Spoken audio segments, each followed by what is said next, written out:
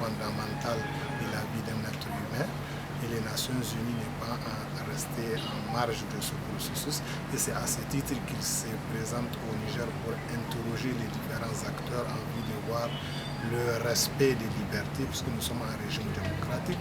Et qui dit démocratie dit donc la liberté et la règle, où on a la possibilité d'exercer l'ensemble des libertés, puisqu'il y en a plusieurs, dont les plus fondamentales, la liberté d'aller et de revenir, la liberté d'opinion et ainsi d'autres libertés. Donc il est venu faire la situation des respects des libertés par l'ensemble des autorités nigériennes, mais par-delà aussi des respects par les autorités nigériennes des engagements pris le monde entier en vue de pouvoir respecter l'ensemble des dispositions faisant corps avec les textes nigériens en vue de pouvoir permettre aux Nigériens d'exercer totalement et valablement les libertés telles qu'elles sont consacrées, d'abord par la Constitution, ensuite un certain nombre de textes reconnus par les organismes internationaux, mais aussi par l'État du Niger. Donc c'est à notre honneur que la visite, que notre organisation, que le réseau pour la transparence et l'analyse budgétaire au TAP, reçoit cette haute mission en vue de pouvoir échanger sur des questions de liberté. Vous savez que nous sommes dans un contexte extrêmement difficile où depuis un certain moment au Niger, vous n'avez plus la possibilité de manifester.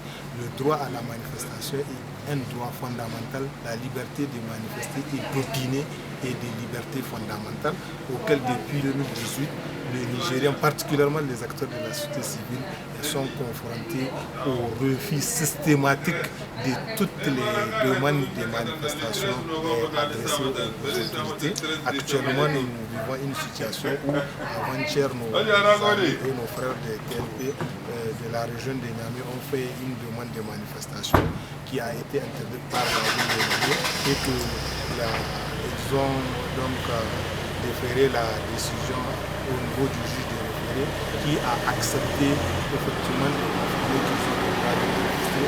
Malheureusement, la ville a interjeté appel et avant-hier tard la nuit, la décision du juge infirmant la décision du juge d'appel infirmant la décision du juge saisi du référé empêchant du coup la manifestation. D'abord, le premier problème que ça pose, c'est que c'était un problème de pouvoir communiquer à ceux qui ont été invités à participer à cette manifestation, puisque à 23 h, normalement, les heures de notification sont connues. Normalement, c'est de 6 h à 18 h qu'on est censé notifier une manifestation aux gens. Ils ont notifié ça tard la nuit. Les organisateurs ont fait de leur mieux pour pouvoir faire des communiqués, mais ce n'était pas suffisant pour informer tous les citoyens en vue de les protéger de sortir. Et c'est ça qui a expliqué que dimanche, certains sont sortis. Parmi ceux qui sont sortis, il y a 7 actuellement qui sont actuellement détenus à la maison d'arrêt d'Aniamey, dont notre frère et camarade de SG adjoint du syndicat des médecins, pharmaciens et dentistes, le camarade Himo Bakar, qui est actuellement détenu avec 6 autres, dont une femme parmi les détenus. Et cela explique donc le comportement que nous constatons, si vous le permettez, exprime à souhait donc la décision ou la volonté des autorités nigériennes à restreindre l'espace civique.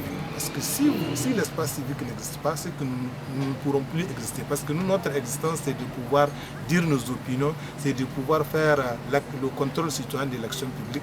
Et ce sont des libertés qui nous sont accordées. Pour autant que ces libertés ne nous sont pas garanties, nous ne sommes pas en sécurité. C'est la première insécurité que nous sommes en train de vivre. Donc les questions des rétrécissements de l'espace civique qui doit être dans une démocratie, la règle où j'ai la possibilité de manifester. Quand je voudrais, parce que lorsque je demande une autorisation de manifestation, ce qu'on me met à l'épreuve me permettant d'exercer ce droit-là. Maintenant, si d'autres questions inhérentes interviennent, ma responsabilité va être engagée. Mais on ne peut pas dire que toutes les fois que vous demandez l'autorisation de manifester, vous faites une déclaration de manifestation, que systématiquement c'est le refus, alors que nous constatons que les acteurs politiques manifestent régulièrement de nuit comme de jour Mais nous, en tant qu'acteurs de la société civile, nous sommes confrontés au refus systématique à chaque fois que nous demandons les autorisations de manifestation. Donc tous ces cas-là vont être révélés au rapporteur spécial